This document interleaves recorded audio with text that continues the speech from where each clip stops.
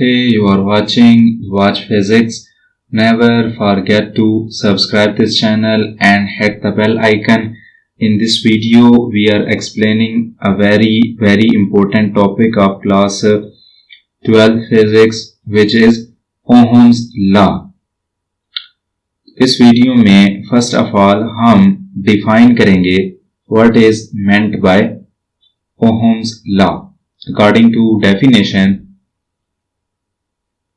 the amount of current passing through a conductor is directly proportional to the potential difference applied across its end.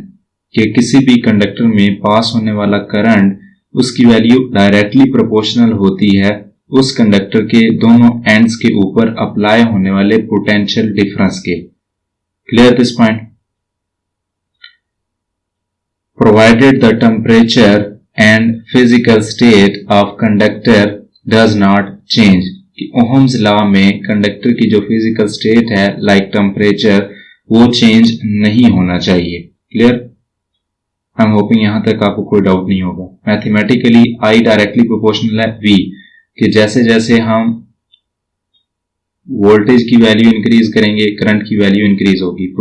Proportionality sign खत्म किया जाता है तो कोई ना कोई कांस्टेंट यूज किया जाता है. यहाँ पे 1/r है तो फाइनल रिजल्ट आपके पास V is equal to IR.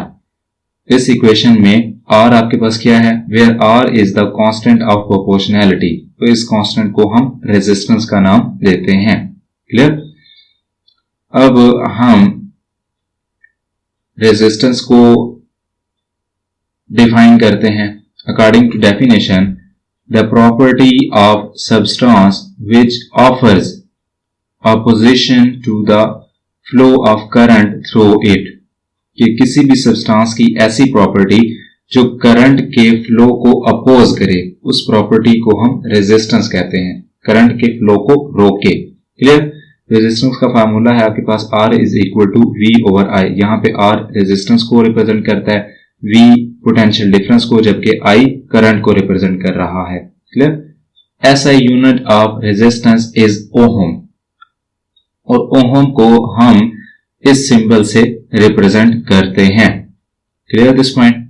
अब हम 1 ओहम को एक्सप्लेन करते हैं, डिफाइन करते हैं. What is meant bye 1 ohm? If 1 volt of potential difference applied across the end of conductor and 1 ampere of current passing through it, कि अगर हम किसी कंडक्टर के एंड्स के ऊपर 1 वोल्ट का पोटेंशियल डिफरेंस अप्लाई करें और उस 1 वोल्ट के पोटेंशियल डिफरेंस की वजह से 1 एम्पेयर का करंट पास हो, then resistance of conductor will be 1 ohm. तो हमारे पास जो रेजिस्टेंस गेन होगी कंडक्टर की वो इक्वल होगी 1 ओहम के. Clear this point? नाउ हम एक्सप्लेन करते हैं ओहमिक डिवाइसेस को. What is meant by ohmic devices? Material that obey Ohm's law and hence have a constant resistance over a wide range of voltage. ऐसे devices जो Ohm's law को obey करें ohmic devices कहलाती हैं और ये constant resistance को show करती हैं. क्लियर? जैसा कि आप इस डायग्राम में देख सकते हैं कि आपके पास वोल्टेज और करंट के दरमियान ग्राफ है, वो एक स्ट्रेट लाइन शो करता है. अब ये स्ट्रेट लाइन क्या शो कर रही है कि यहाँ पे जो रेजिस्टेंस है वो कांस्टेंट है over a wide range of voltage के लिए. Clear this point? सिमिलरली हम नॉन ओहमिक डिवाइसेस को भी एक्सप्लेन करेंगे.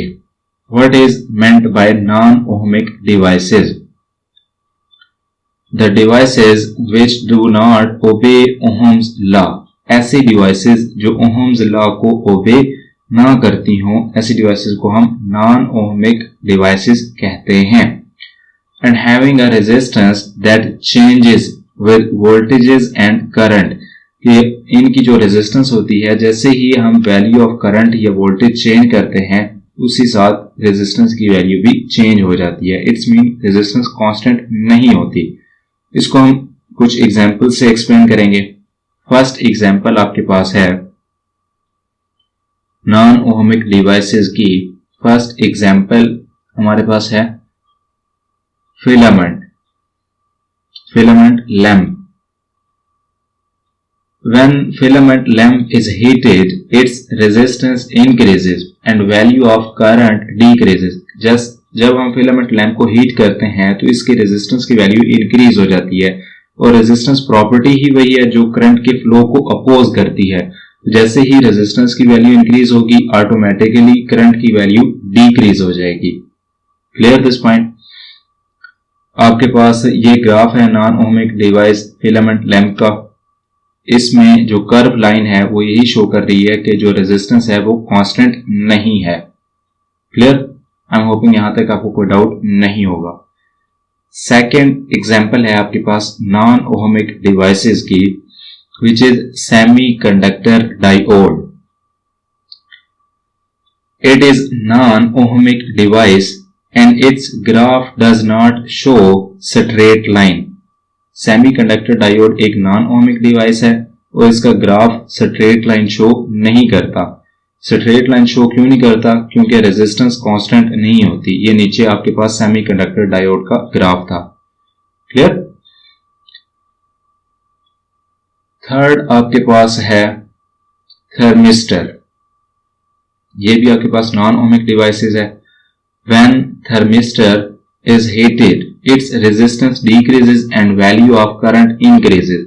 जब हम इसको हीट करते हैं तो रेजिस्टेंस इसकी डिक्रीज हो जाती है। जब रेजिस्टेंस डिक्रीज होती है इट्स मीन के प्रॉपर्टी जो करंट के फ्लो को अपोज करती है वो डिक्रीज हुई है तो ऑटोमेटिकली करंट की वैल्यू इंक्रीज कर जाएगी। क्लियर? तो आपके पास ये ग्राफ है नॉन ओहमिक डिवाइस थर्मिस्टर का। Clear this point? I am hoping इस लेक्चर के रिलेटेड आपका कोई डाउट नहीं होगा।